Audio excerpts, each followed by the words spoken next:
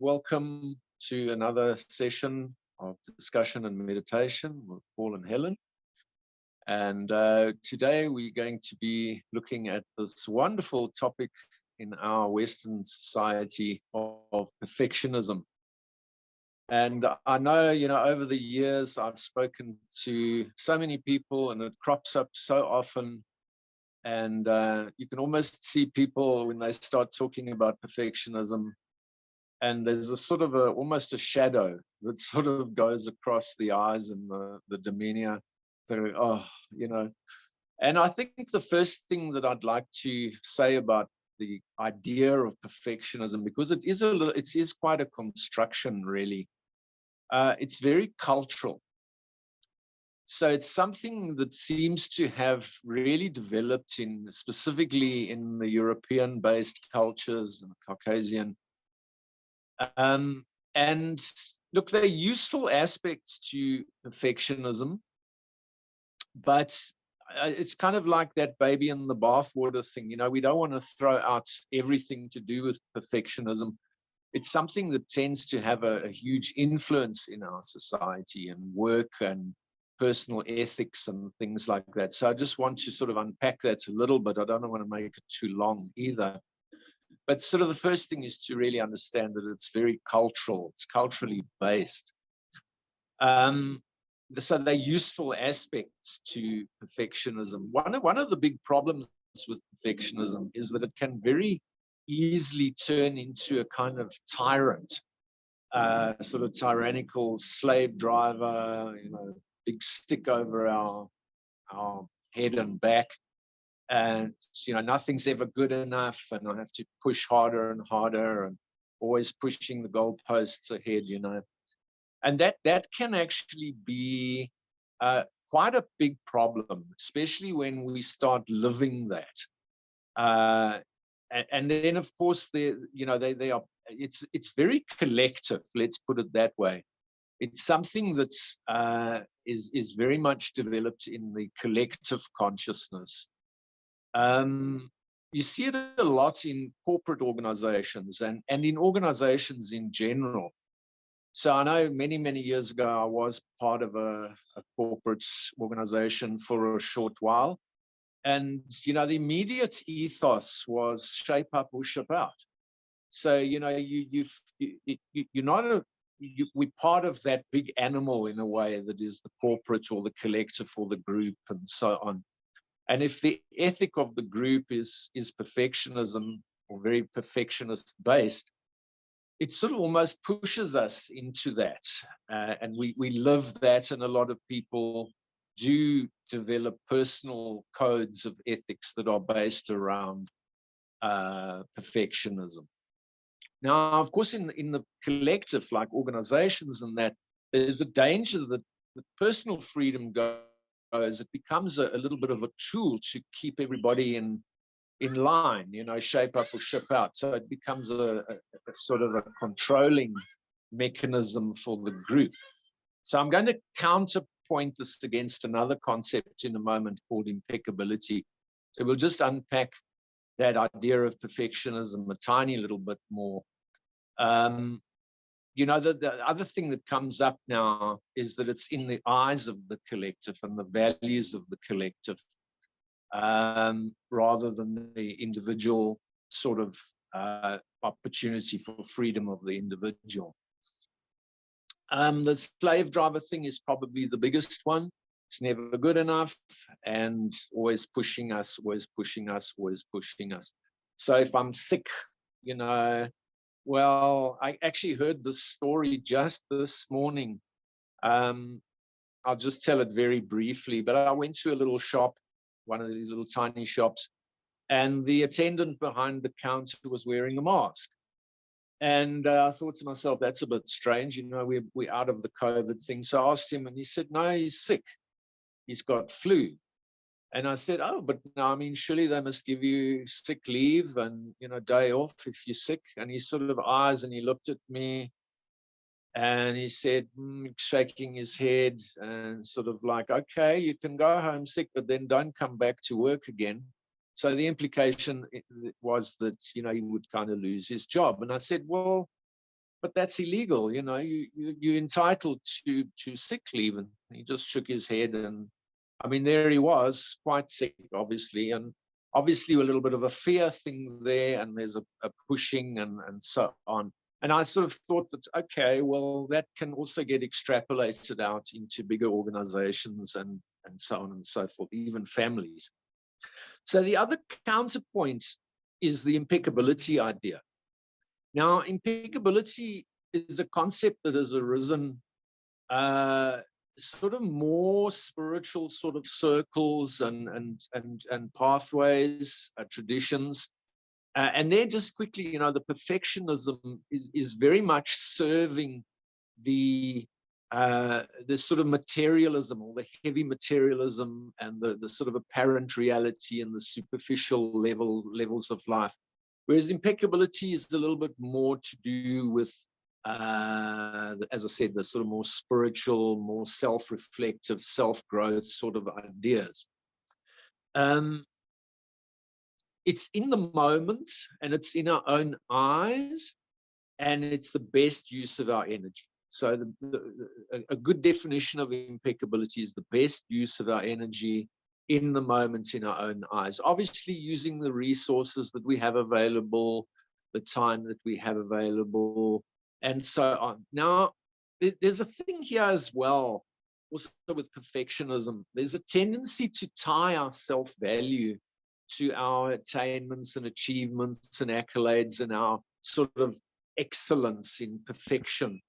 So, if we go down, if we lose stuff and, we're sick maybe or something, do we now lose our self-value as well? Impeccability is in our own eyes. It's the best use of our energy. My best today is going to be different to my best another day. If I'm sick and I'm kind of dragging myself around, my best is not going to be what it was when I'm all full of energy and happy. If my self-value is tied to that, if I lose everything, I don't lose my self-value. You see what I'm saying with that? So the other thing that comes up there is the opportunity for freedom.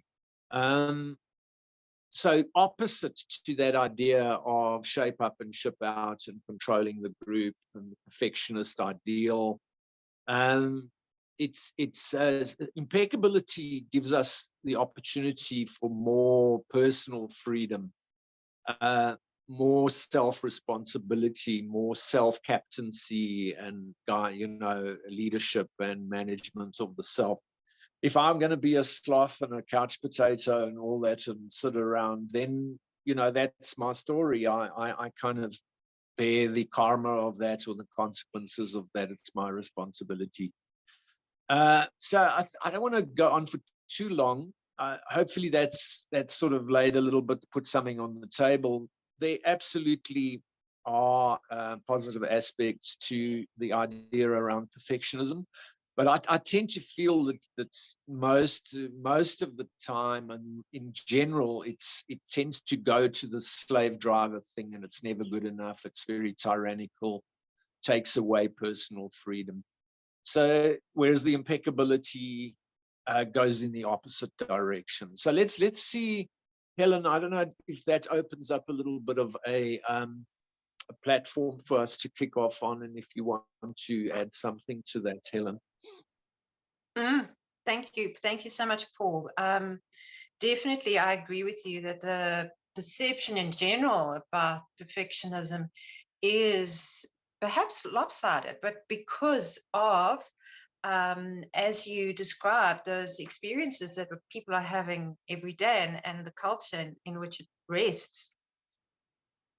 And impeccability is something that is more coming from within. It's possibly, if we look at perfectionism having two sides, a light side and a shadow side, the light side of perfectionism would be impeccability, whereas the shadow side, the side which weighs us down, is that needing to do something that's coming from external pressures. Mm. And we hear words within ourselves like, I ought to do this, I need to do this, I must do that, even I want to. Those words are indicators very quickly for us to know that, okay, I'm not doing this for authentic reasons, but it's a wonderful opportunity to actually realize when those messages come through that, okay, something else is going on here. And my reason for doing this doesn't mean necessarily that we mustn't do it, but it's looking at why from a different perspective. And this comes down to very often belief systems. I will be loved, appreciated, respected, fill in the blank for you, if I do this, if I do that exceptionally well, if I work myself to the bone. That's often has been seen as an accolade. You will be merited if you work hard. Um, we can only earn well if we work hard. We can only be loved if we, etc., etc. And this type of belief system comes from what is known as the unconscious collective, and that's a Jung term. So if we just look quickly at the meaning of collective in that respect, it's a combination of universal and individual expressions. Okay. And these are all understood. So the love is understood, the work is understood, and they all have symbolic actions related to them. The unconscious is where no conscious actions are present, or where no conscious motivations are present. In other words, it is something that has such a strong pull. And just think about when you make a decision sometimes to do something differently, and yet when it comes down to it, you weren't able to do that. Or maybe you weren't able to do it completely. And there is this pull, and sometimes one doesn't know why. Where does that come from? Why? I don't want to be treated like this. I don't want another relationship like that. And yet we repeat those cycles. Where does that come from? And there we can look into that part of the unconscious collective. The thing about this, though, is it doesn't mean that there's nothing that we can't do, that we need to just sit back and say, oh, well, it's part of this big pot and we've got the word unconscious in there. I must just sit back and let fate take over. When we hear that as a red flag and we really get the email, the memo, the message of, okay, something stressful is happening again, or something traumatic, and this I can see is linked to my responses of, if I just did it better, then that wouldn't have happened. How much time don't we put pressure like that on ourselves? I should look like this. I should behave like this. I must walk like this. I must stand like this. I must eat that. I must read that. I mustn't do this. All of that is around that perfectionistic belief system that we need in order to be a certain someone in this world that we are in. But allowing ourselves to realize that's the beauty in all of this, because this awareness of when we are like that, or when we have those type of experiences, that allows us to not only get to know ourselves, but also to understand the other. Because when we really are able to understand ourselves, only then can we start understanding the other and even being more there for the other. And I'm talking here very much to the empaths out there who sometimes feel, now I need to put others first. but understanding that really by getting to know yourself first, you are helping the other to a degree that we can only do by this deep inner acknowledgement. And Jung called it individuation. And it's something that is just, it's continual. There isn't a there isn't a destination. We unfold one belief system and we realize, oh, that's not mine. Let's say the one that we're talking about today, the perfectionism. And perhaps we're able to come to terms with why it's coming up for us and how it's able to lead us to be ourselves more truly and more truthfully. And as that flower blossoms and we appreciate all that it's there to offer, so the next one will come for us. And when we, I believe, are able to look at even experiences such as us accepting, why am I accepting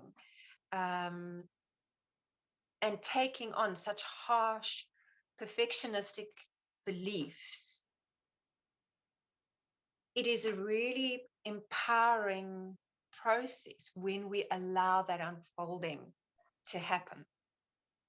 So perhaps just to take a moment and just think for yourself now, where am I being, number one, perfectionistic about me in my life? And where does that come from? And also, where am I imposing this on somebody else? Am I placing an expectation on somebody? You know, a typical example, an easy one, is parent and child.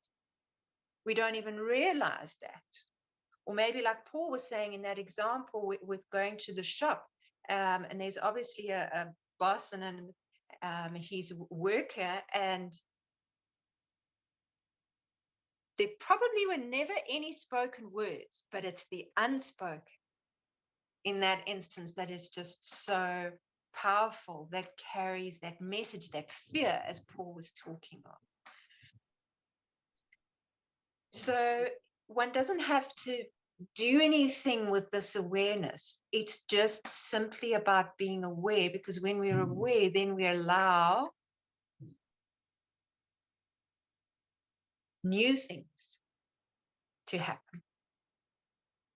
I'm going to leave it there. And if anybody who's joined us live would like to share their experience, Tracy Lee, Bettina, please feel free.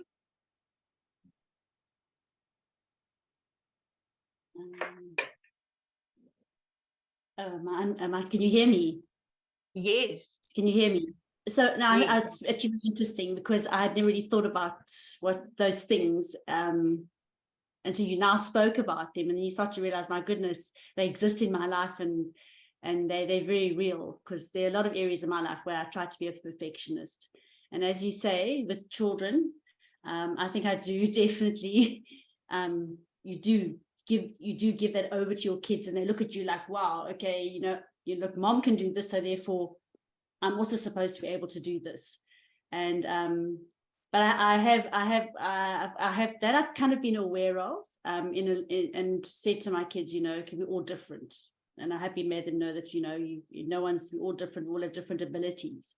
And there are lots of things that they'll be able to do that I can't do.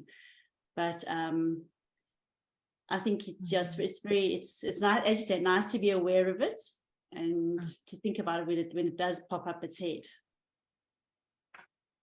Yes, absolutely. Thank you, Bettina, for sharing that and just for acknowledging, it's really healthy for us to share our own awarenesses of ourselves with each other, to voice that, to be heard.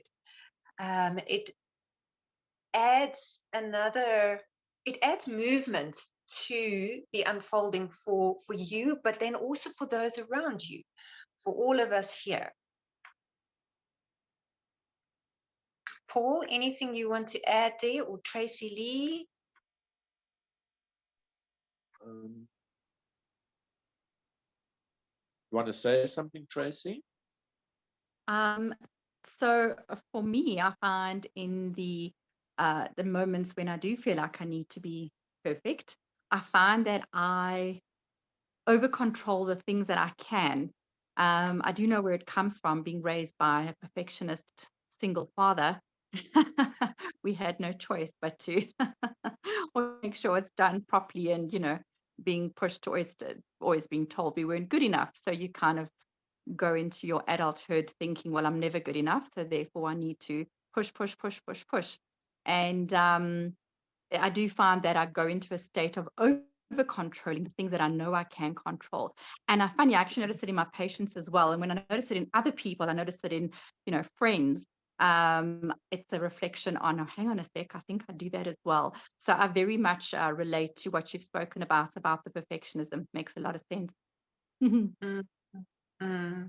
Thank you, Tracy Lee. And yeah, just for us to see again, and these examples that you both shared here also help others here who are with us either live or with the recording to just have more touch points of different examples. And it just shows you how many different places perfectionism raises its head in. Yeah, can I just add with the awareness thing, Helen?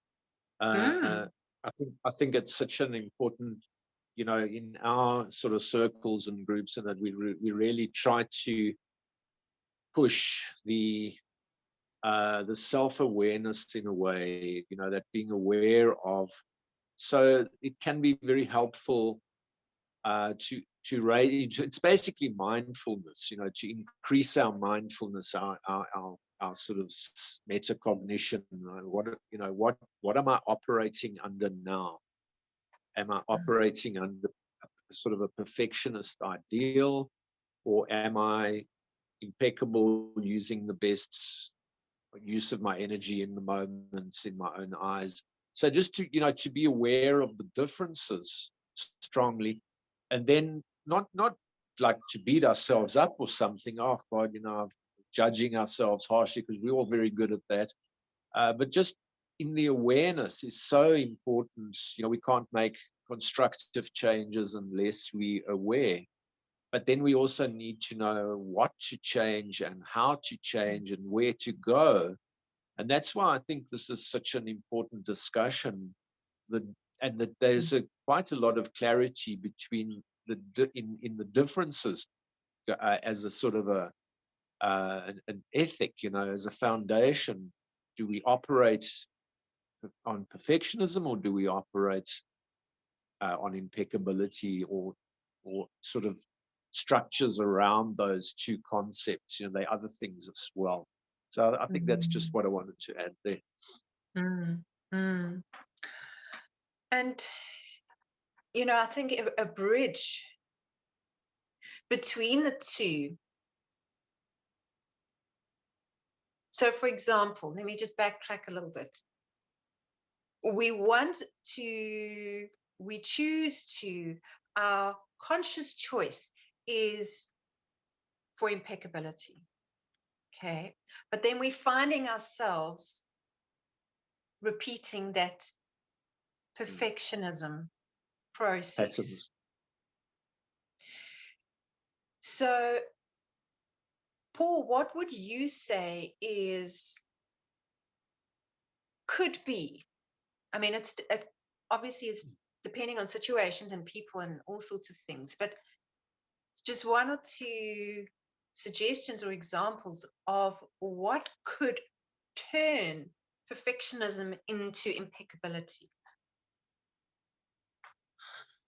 Yeah, well, I mean, the very first thing is awareness.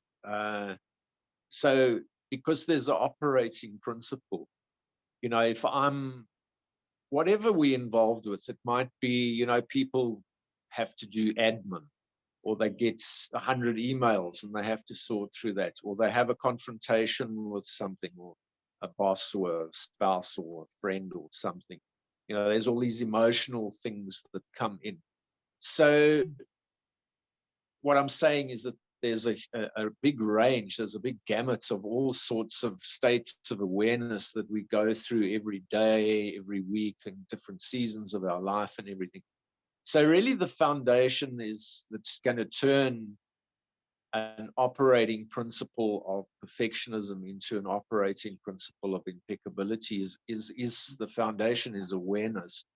It is mindfulness, so that we can then consciously interrupt the program that's running. Because as you said, most of the time we are going to be operating on programs, on conditioning. It's something, it's we respond a certain way habitually. We have reflexive actions, it's habits, it's programming, it's conditioning, all those kinds of ideas. And basically, in my understanding, it's a conscious awareness that gives us, it's the first big step, let's put it that way, because, there is more. I can be consciously aware that I, react the same way every time. So the first thing is to be completely unconscious. It's like, well, God, I'm always in this reaction, this trigger reaction.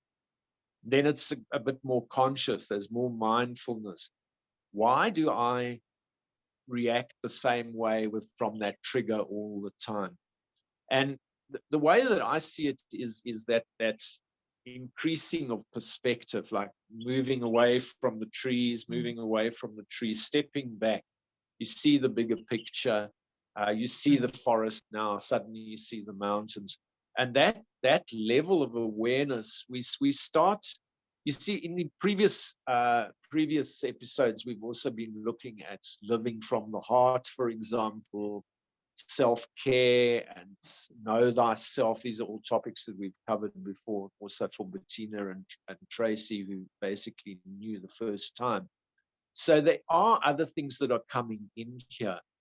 How is the heart involved, for example, in this debate between perfectionism and impeccability? And turning perfectionism into impeccability will also, the first step is mindfulness, but then we actually have to have the heart as well. So the heart is feeling, it's pure feeling, direct knowledge. So this is a major sort of game player here, the idea of the heart, if we are going to be able to authentically grow spiritually and start moving away from that trigger response, get to a place where, oh, I'm not triggered anymore. Wow. A year ago or 2 years ago or something, or maybe shorter time, hopefully, I was very triggered. I think things are generally speeding up a lot these days. So, hopefully that's also, we take the positive advantage of that. I hope that makes a bit of sense, Helen. Yeah, that was beautifully put. Thank you. I love the description of interrupting the program. Yes, we need that.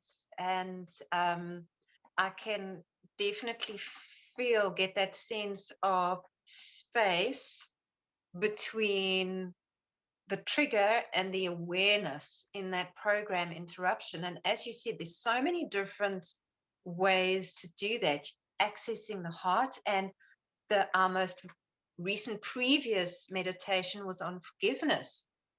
How many of us carry guilt in us about a certain something, or perhaps it's regret? And that is all around forgiving oneself. And yet, instead, what do? I need to be better next time.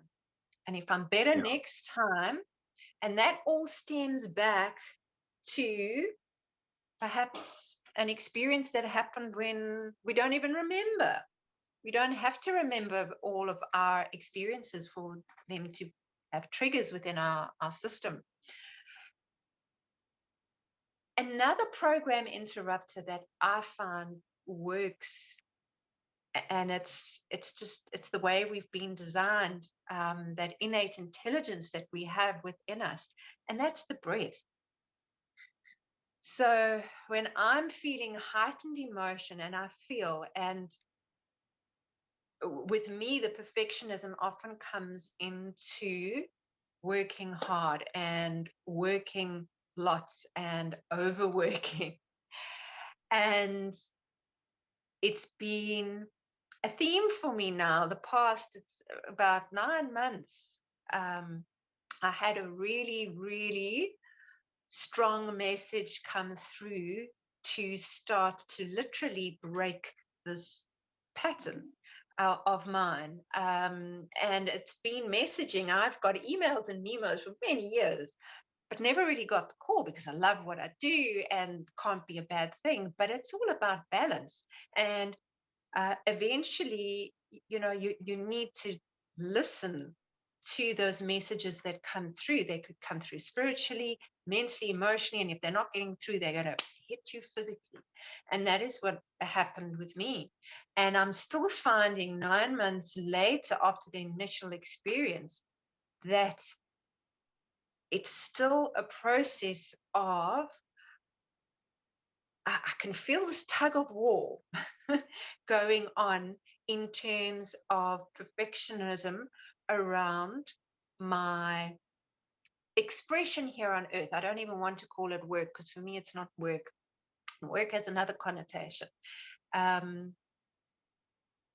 So what I find in those moments where I can feel myself being pulled to continue, burn the midnight oil, burn the candle at both ends, definitely the awareness comes first, and then stepping back. And sometimes I literally take a step away I get up from my chair and I step away, because that movement is an indication to my brain and my body that something different is happening. And I breathe and I look out. And just that minute that I give myself of a different type of breath, a change of breath, suddenly I have a chemical reaction going on that's different. My muscles relax. And within the space of a minute, I have a different perspective, and I realize, you know what? I can actually go to bed now, and I can have a really great sleep, because I know if I go to bed in 2-3 hours time, I'm not going to have a good sleep. And I can do what I want to do now tomorrow. And the world will still continue, and so will I. And that minute of slowing down my breath, changing my posture, is something that I found that really, really works well. Paul, I know you're the expert here in breathing. Anything maybe you can share with regard to a particular type or style of breath when we want to move from perfectionism to impeccability? Yeah. Well, assuming again that we've caught ourselves in the program or the circuitry of perfectionism, because we catch ourselves, we unconscious, and then it's, oh, whoa. So, it's very dependent on the emotional content of the situation. Like, for example, Lauren, who joined us last time, is often in the courtroom as a lawyer. Now, or any kind of situation where there's going to be a high emotional charge. The breath can work, but it's a little, there's so much tension in the nervous system, let's put it that way, keyed up for a lot of people.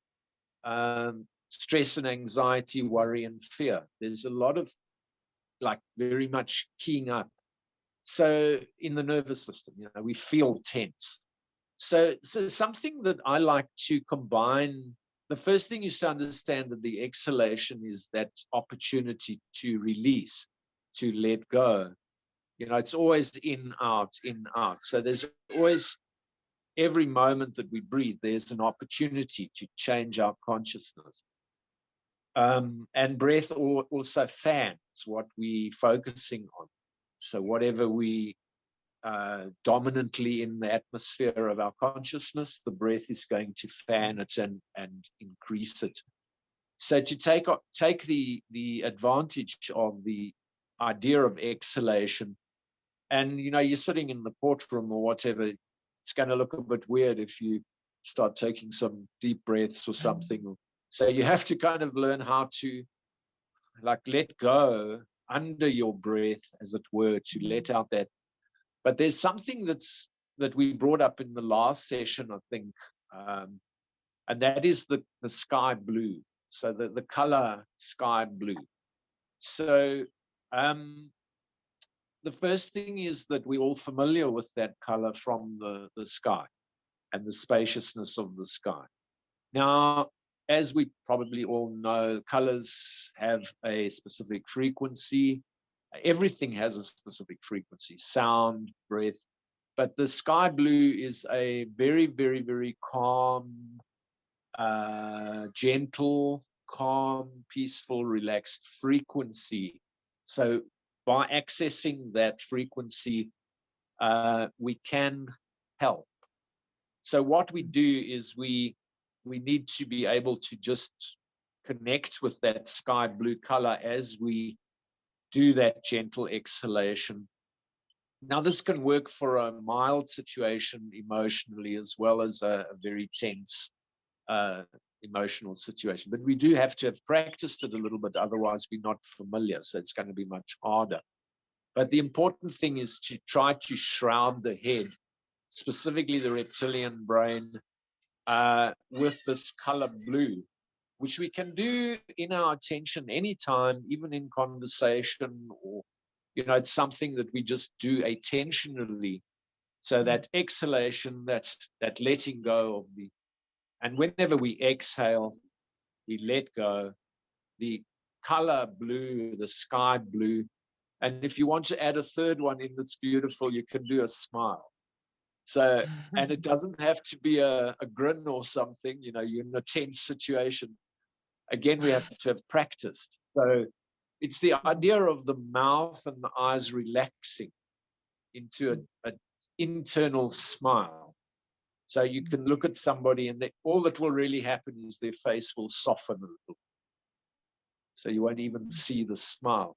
But the smile releases the tension in the nervous system. So you have three very powerful techniques there. So the exhalation with the breath, the color blue, the sky blue specifically, and the smile. So, but we have to practice that regularly so that it becomes, and it's quick. You can just practice it anywhere, on the go, doing anything. It's great to stand up and step back or go out, take a breath, come back in. That's wonderful as well. But sometimes we don't have that privilege of being able to do that. So I hope that's useful for us. Paul, could we put that into practice now? Of course we can. Yes. How's the time, Helen? We've chatted a bit longer than we usually do. Yes. We have time to, let's say, 5 minutes for the breathing sky blue, and then we will go into a short meditation. Will you lead the meditation? I will. Or do you want me to? I'm easy. If you can do this breath work, because this is your forte, and I can hear, you'll be able to guide us beautifully with the process that you've just described. And I think it's so important not to just talk about something, but actually do it. So let's do that. And it'll be such a good prep to go into a very light, gentle meditation. Thank you, Paul. No, pleasure. So we can sit up straight, if you're in your chair or on the floor, whatever. It's important to sit up straight, tall and straight, because it just connects our spine a little bit better into the axis between the earth and the heavens, or specifically the sun up there, which is so powerful. So that's a very important alignment that we run through the spine, from the earth, through the spine, to the heavens, to the sun, to the solar bodies, the greater cosmos. So I'm just already feeling that for a few moments, connecting with my attention to that idea. And we can just let the breath go 2 or 3 times, like a kind of a, and you'll feel when you do that, maybe do it 2 or 3 times. Take a breath and just let it go. And you'll feel your nervous system releasing, the slight release of tension in the body. Especially if you go, if you can, if you have the privilege of being able to do that. And that's, of course, why we sigh and we say, it releases the nervous system.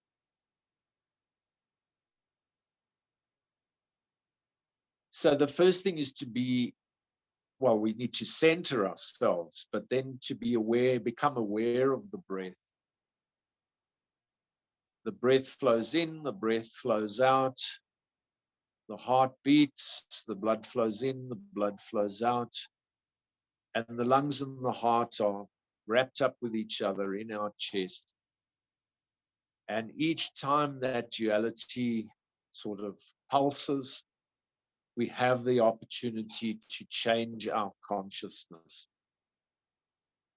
So just to be aware of the flow of breath without actually even changing anything is already a great step.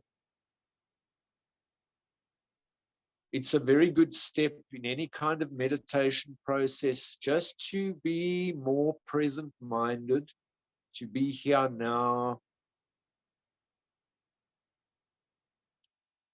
The past's gone, the future hasn't happened. So this time now, this present, to be aware of our body and our feelings.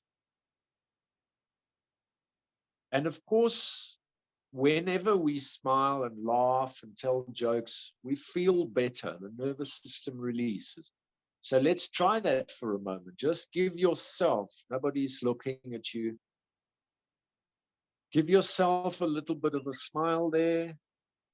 And remember, it's a softening of the eyes and the mouth, like a relaxing of the jaw, a relaxing of the tension in the eyes.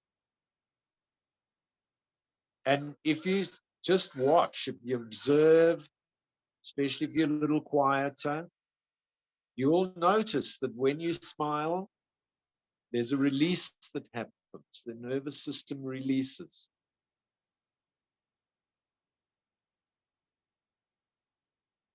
It's a practice called the inner smile, and we're just obviously doing it in a simple way. It's always good to keep things simple and easy. So the idea of that exhalation, it's more about becoming more aware of what happens, especially when we exhale, and letting go. And then, of course, with that awareness, we can be more conscious, slightly more conscious, especially if we want to use this as a functional, practical tool. Maybe we're busy with a customer or client, or busy doing something that's stressful. This can be very important to understand exhalation, smiling to oneself. And then let's bring that color in as we breathe gently, gently, gently. Bringing that color of the beautiful blue sky. And the spaciousness of the sky is important. And bring that blue color down to the head, the crown of the head. Try to see that that blue is coming down into the head. shrouding down through the brain, down through the body. Keep it simple.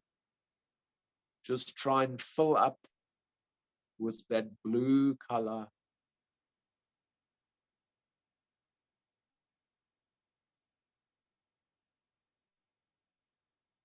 We need to be aware of our heart and the feelings that arise in the heart. We need to acknowledge the feelings, to have that same level of a mindfulness and awareness with our heart feelings. So awareness, mindfulness is really the basis for everything. And then lastly, we need also to understand grounding. So this great, magnificent earth being that we are existing upon, all we have to do is take attention down and become aware of the earth. And a grounding quality will come. So we ground emotions, unwanted feelings, stress, anxiety, worry, fear, all those kinds of things that bother us, we can ground down into the earth. The earth is a magnificent absorber of that kind of energy. Our Mother Earth, Gaia. Think of the beauty of a beautiful garden, rich, fertile soil, strong rock for foundations. Think of the trees and the plants, all the beauty of the earth. Think of the oceans and the mountains and the jungles, the natural world.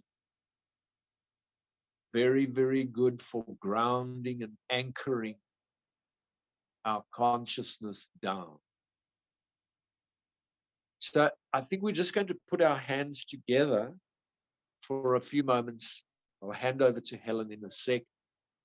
But just to almost kind of accumulate all these ideas and just sort of anchor them, smiling in the exhalation, color blue, our great magnificent sun giving light and warmth without which there'd be no life, and our magnificent earth, and our spine connecting everything together, our attention, our awareness, the flowing of our breath, the beating of our heart. Thank you guys so much. I trust that's helpful, useful. We can run this kind of simple meditation practice in 5 minutes frequently to become familiar with the ideas and the practical, energetic action. As Helen said, we can't stay in the realm of talking and theory. We need to put it into practice. Thank you, everybody. Thanks, Helen. Thank you. Thanks, Paul. So just keeping this calm space and state that you have created now for yourself through this beautiful breath and visualization practice. Just allow yourself to remain in that comfortable awareness of yourself. Perhaps you want to adjust a position slightly, then do so, relaxing the hands into the lap or a comfortable position, keeping the eyes closed or dropped.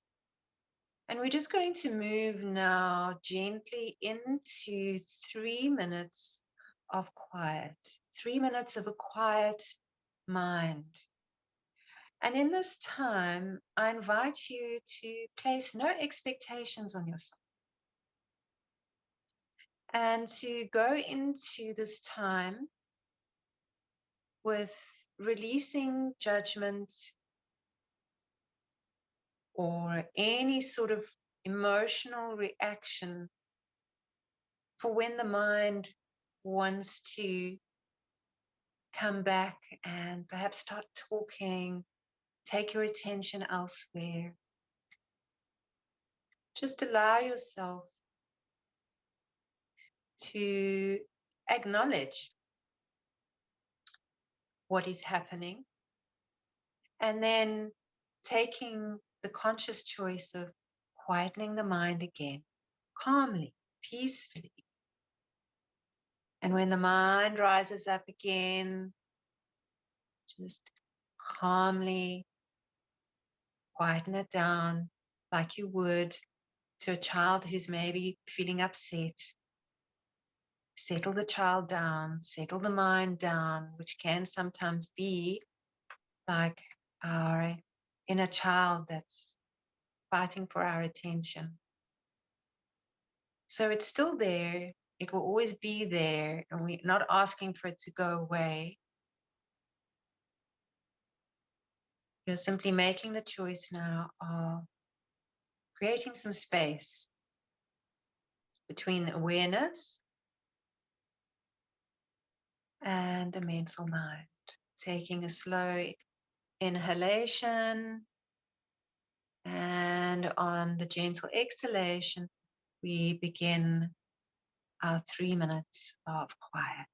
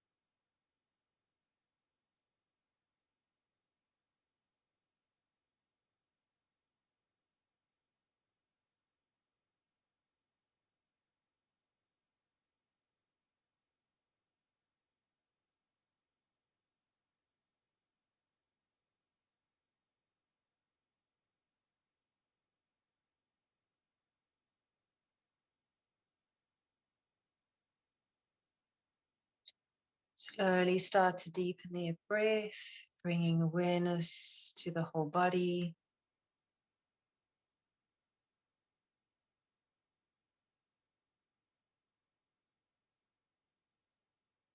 And very gently starting to move different areas of the body, perhaps fingers and toes. Feeling yourself sitting down, rooted, grounded. And at the same time, through the neck, through the crown, lifting up.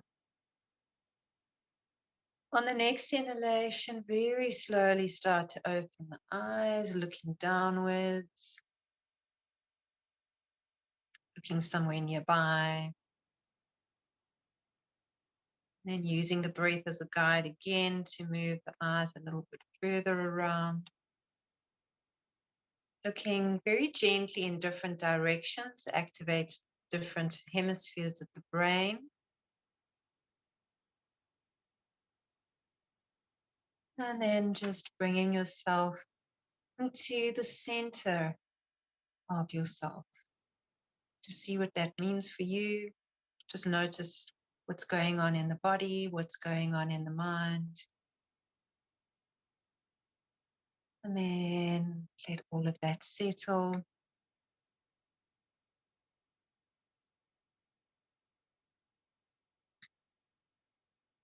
And if I could ask for a conclusion, Bettina, Tracy Lee, if you're comfortable to share, what is your takeaway from the session today?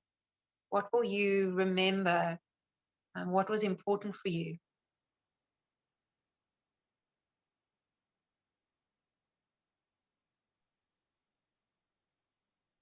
Hi there. I'm going to go first.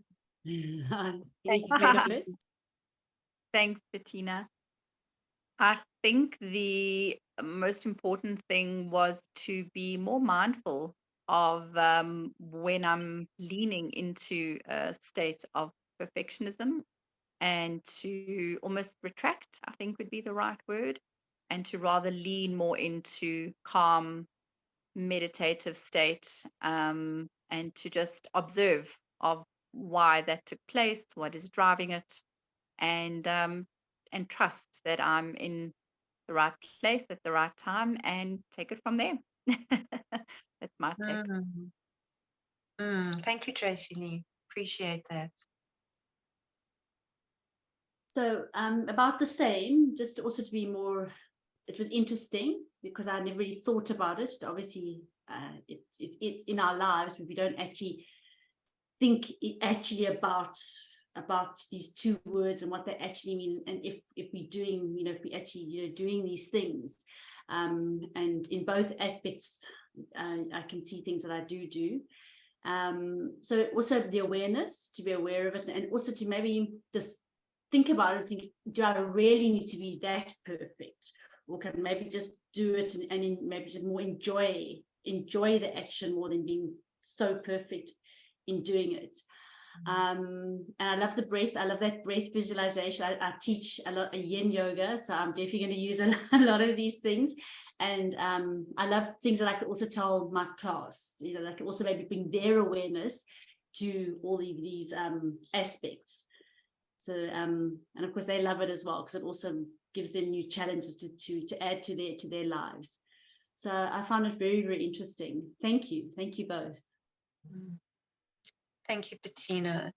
And thank you, Paul, so much for setting this topic for today and for guiding it and sharing the very important wisdoms and, of course, that beautiful teaching.